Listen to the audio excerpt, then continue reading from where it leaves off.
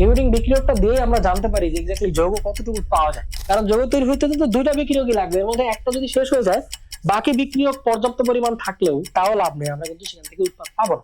এখন বিক্রিয়া করে কে লিমিটিং বিক্রিয়ক সেটা আমাদের বের করতে হবে এবং সে কেন লিমিটিং বিক্রিয়ক।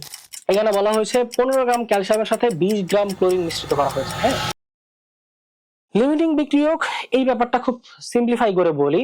যেমন আমাদের এখানে আসলে কি দেওয়া আছে একটু খেয়াল করে দেখো, সংজ্ঞায় বলা আছে কি যে রাসায়নিক বিক্রিয়া যে বিক্রিয়াটা আগে শেষ হয়ে যায়, বিক্রিয়া করে আগে শেষ হয়ে যায়, এই যে এই অংশটা এখানে ইম্পর্টেন্ট, আগে শেষ হয়ে যাবে। তো যে শেষ হয়ে যাবে তাকে লিমিটিং বিক্রিয়ক বলবো। মনে করো আমরা এ এর সাথে বি বিক্রিয়া দিচ্ছি, হ্যাঁ এ এটার সাথে বিক্রিয়া দিচ্ছি হচ্ছে বি, তো দিলে সেখান থেকে কিছুটা তৈরি হবে। ফর এক্সাম্পল AB2 এই যৌগটা তৈরি হবে, এর প্রতীকী অর্থ ধরে নিলাম আমরা এ এর পরিমাণটা নিলাম হচ্ছে বেশি, বি এর পরিমাণটা নিলাম কম, পর্যাপ্ত পরিমাণ বি আমরা নেইনি, তাহলে বিটা কি আগে শেষ হয়ে যাবে না?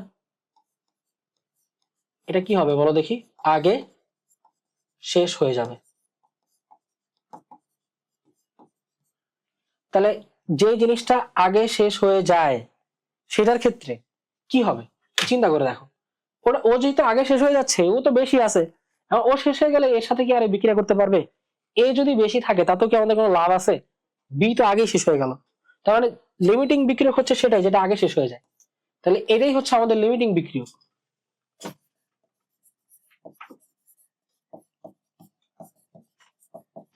এই বিটাই হচ্ছে কি লিমিটিং বিক্রিয়ক। লিমিট অর্থাৎ লিমিটিং বিক্রিয়ক বিক্রিয়া পর্যাপ্ত পরিমাণ থাকে না, আগে শেষ হয়ে যায়। আগে শেষ হয়ে গেলে ব্যাপারটা কি হয়, অপর বিক্রিয়ক যদি পর্যাপ্ত পরিমাণ থাকেও তাও তো যৌগ তৈরি হচ্ছে না, কারণ যৌগ তৈরি হইতে তো দুইটা বিক্রিয়কই লাগবে, এর মধ্যে একটা যদি শেষ হয়ে যায় বাকি বিক্রিয়ক পর্যাপ্ত পরিমাণ থাকলেও এই যে এ এটা যদি বেশি থাকে তাও লাভ নেই, আমরা কিন্তু সেখান থেকে উৎপাদ পাবো না, কারণ বিটা আগে শেষ হয়ে গেছে। তো এই জন্য আমাদের লিমিটিং বিক্রিয়কটা ম্যাটার করে।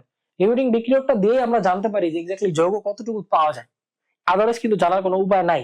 লিমিটিং বিক্রিয়ক যতটুকু থাকে উৎপাদ ততটুকুই পাওয়া যায়, কারণ লিমিটিং বিক্রিয়কটা আগে শেষ হয়ে গেছে।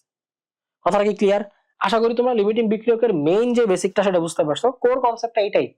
লিমিটিং বিক্রিয়কটা নিয়ে আমাদের কাজ করতে হয় এই কারণে যে আমরা জানতে চাই যে উৎপাদ কতটুকু পাবো, উৎপাদ কার হিসাব অনুযায়ী পাবো, যে কম আছে সেই পুরোপুরি উৎপাদে কনভার্ট হয়ে যাবে, যে বেশি আছে সে তো বাকি থেকে যাবে, আর যে বাকি থেকে যাবে সে তো আর উৎপাদ দিতে পারতেছে না। তাহলে যে বেশি আছে তার হিসাবটা দিয়ে আমরা বা তাকে ব্যবহার করে স্টয়কিওমেট্রি দিয়ে আমরা কিন্তু উৎপাদ তৈরি করতে পারবো না। আমাদের যেটা করতে হবে যে লিমিটিং বিক্রিয়কটার হিসাবটা দিয়ে বা লিমিটিং বিক্রিয়কের পরিমাণটা দিয়েই আমাদের উৎপাদের পরিমাণটা হিসাব করতে হবে। তো এটাই হচ্ছে আমাদের লিমিটিং বিক্রিয়কের তাৎপর্য। ঠিক আছে, তাহলে লিমিটিং বিক্রিয়কটা কি, সহজ ভাষায় যে বিক্রিয়াটা কি হয়ে যাবে, যে বিক্রিয়কটা বিক্রিয়া করে আগে শেষ হয়ে যাবে সেটা আমাদের লিমিটিং বিক্রিয়ক। এবং হচ্ছে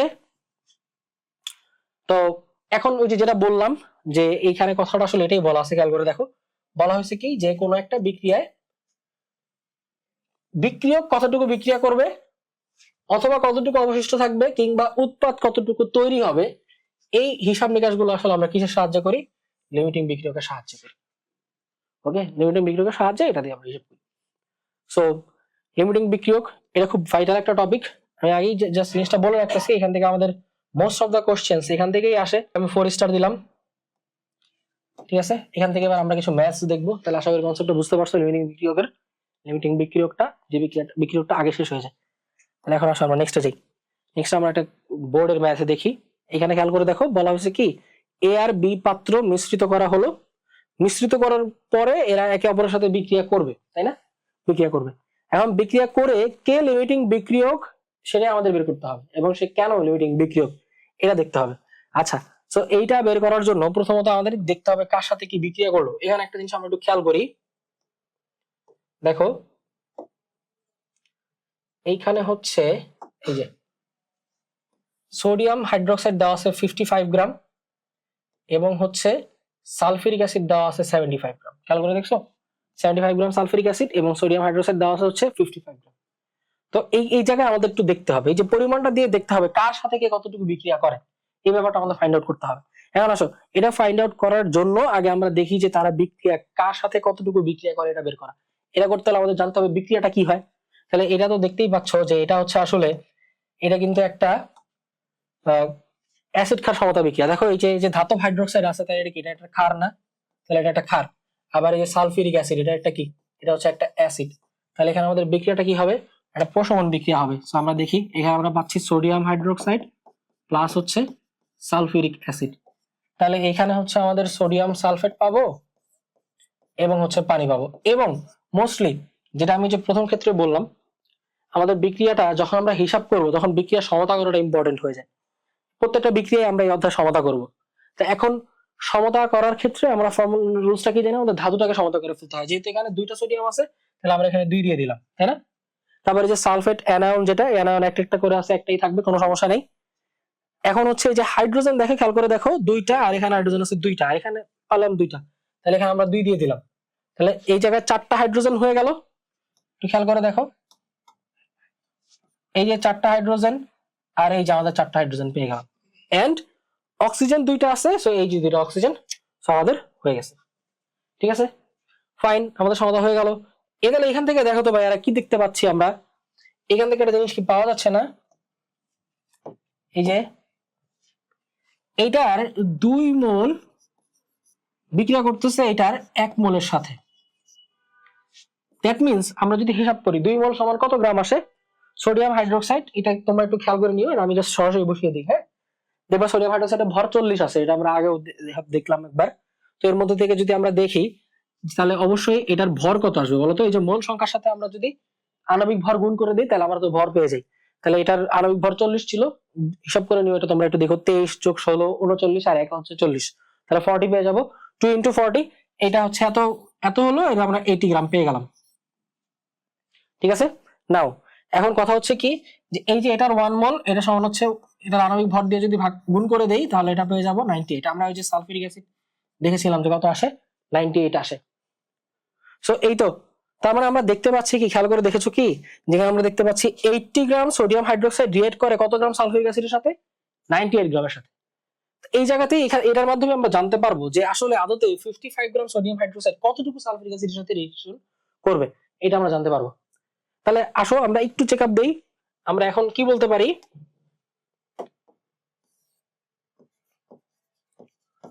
এখন আমরা বলতে পারি এইখান থেকে 80 গ্রাম সোডিয়াম হাইড্রোক্সাইড, একটা কাজ করা যায়, একটু স্পেস নিয়ে দিই। এখান থেকে আমরা কি বলতে পারি, এখন 80 গ্রাম সোডিয়াম হাইড্রোক্সাইড বিক্রিয়া করে কত গ্রামের সাথে, 98 গ্রাম সালফিউরিক অ্যাসিডের সাথে। ঠিক আছে, তাহলে সুতরাং আমরা বলতে পারি 1 গ্রাম সোডিয়াম হাইড্রোক্সাইড বিক্রিয়া করবে কত গ্রামের সাথে, 98/80 গ্রাম সালফিউরিক অ্যাসিড এর সাথে। ঠিক আছে না? তাহলে দেখো কতটুকু দেওয়া আছে আমাদের কোশ্চেনে, কতটুকু আছে, এই যে 55 গ্রাম সোডিয়াম হাইড্রোক্সাইড। সো আমরা বলতে পারি, সুতরাং 55 গ্রাম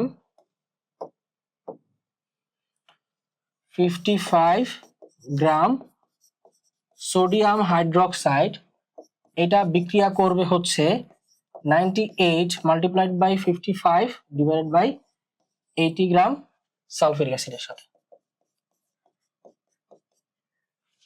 সো আমরা যদি এটা হিসাব করে ফেলি,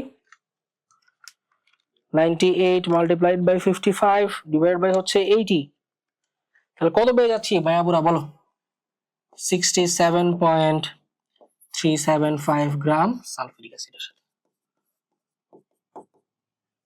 বলো তাহলে একটু দেখো, ভালো করে দেখো জিনিসটা। এখানে হচ্ছে আমরা দেখতে পাচ্ছি যে আমাদের সালফিউরিক অ্যাসিড, হ্যাঁ সালফিউরিক অ্যাসিড আসলে কতটুকু লাগতেছে, 55 গ্রাম সোডিয়াম হাইড্রোক্সাইডের জন্য সালফিউরিক অ্যাসিড লাগতেছে হচ্ছে 63.375 গ্রাম, বাট সালফিউরিক অ্যাসিড দেওয়া আছে কতটুকু, 75 গ্রাম। তার মানে কি সালফিউরিক অ্যাসিড অতিরিক্ত আছে না, আগে কে শেষ হয়ে গেল, দেখো 55 গ্রাম সোডিয়াম হাইড্রোক্সাইডের সাথে আমরা যদি হচ্ছে 67.375 গ্রাম সালফিউরিক অ্যাসিড বিক্রিয়া দেই তাহলে 55 গ্রাম সোডিয়াম হাইড্রোক্সাইড শেষ হয়ে যাবে, বাকি থেকে যাবে, দেখো কিছু পরিমাণ সালফিউরিক অ্যাসিড বাকি থেকে যাচ্ছে না। তো প্রায় হচ্ছে এখান থেকে আরো 7 পয়েন্ট সামথিং গ্রাম সালফিউরিক অ্যাসিড বাকি থেকে যাবে। তার মানে আগে শেষ হয়ে গেল কে? Sodium hydroxide. তাহলে সুতরাং এখানে লিমিটিং বিক্রিয়ক কে? Sodium hydroxide. তাহলে আমরা কি বলতে পারি? সুতরাং আমাদের এখানে কনক্লুশনটা কি? কনক্লুশনটা হচ্ছে যেহেতু সোডিয়াম হাইড্রোক্সাইড বিক্রিয়া করে আগে শেষ হয়ে যাবে,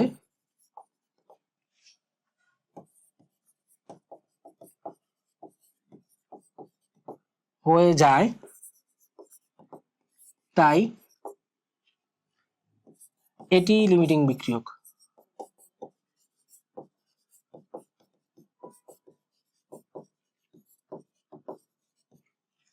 এটি লিমিটিং বিক্রিয়ক। তাহলে আশা করি পারবা তোমরা লিমিটিং বিক্রিয়ক জিনিসটা কিভাবে বের করে। আই হোপ তোমরা এটা বের করতে পারবে।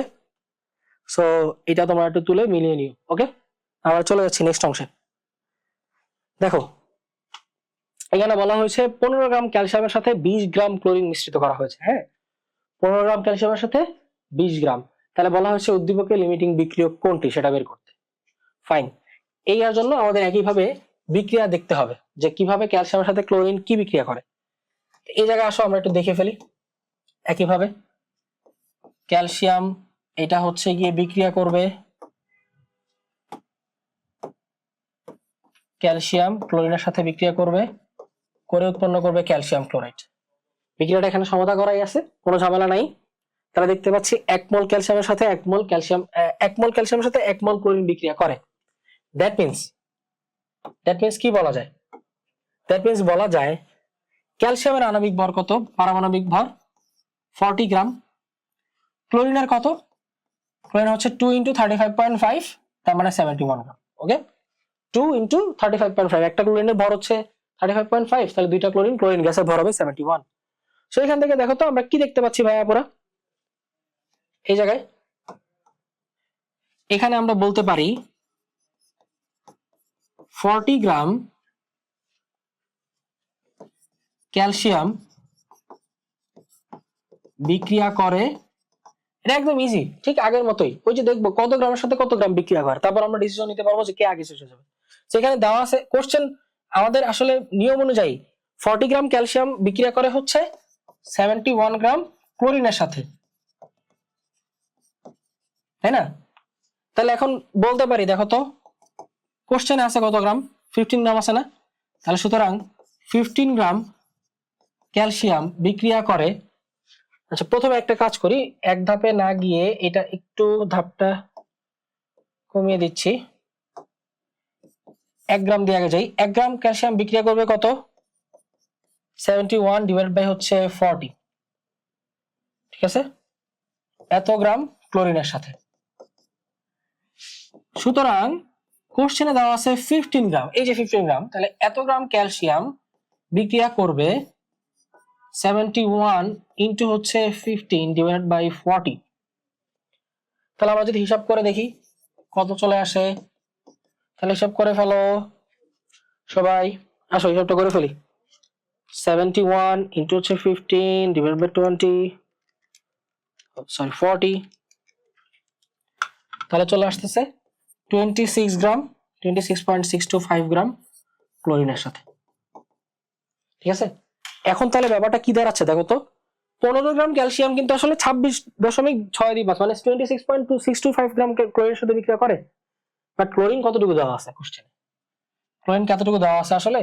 না, ক্লোরিন হচ্ছে দেওয়া আছে 20 গ্রাম মাত্র।